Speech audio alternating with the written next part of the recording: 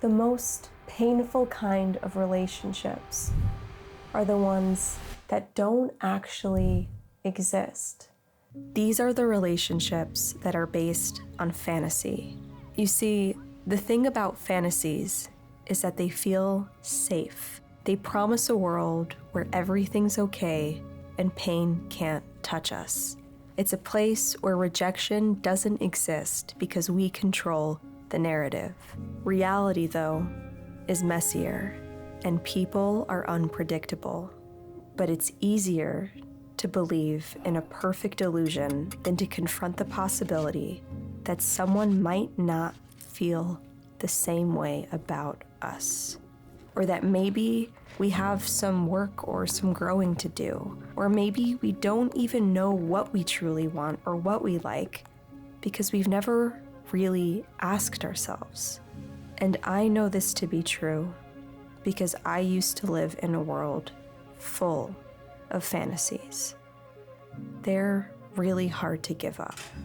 And if you struggle with living in a daydream, I want you to know that there may have been a point in your life where living in that dream protected you, keeping your little heart from breaking.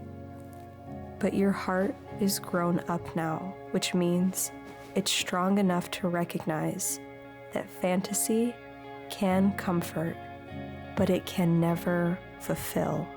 And projecting your fantasies onto someone is so painful because it's like you're telling them, you mean everything to me, but only if you don't stray from the lines I've meticulously drawn out for you in my imagination.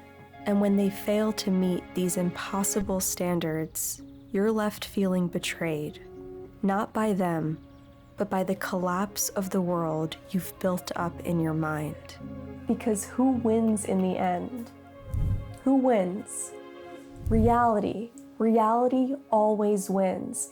And in a relationship based on fantasy, reality can simply never measure up. So how do you stop the cycle? Well, you listen to the things people tell you even if you don't want to hear them.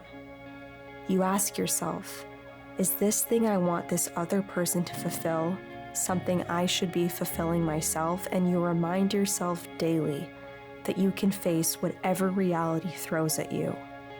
And this is such an important lesson to learn, because the moment we acknowledge the relationships that don't actually exist, we start to make room for what does.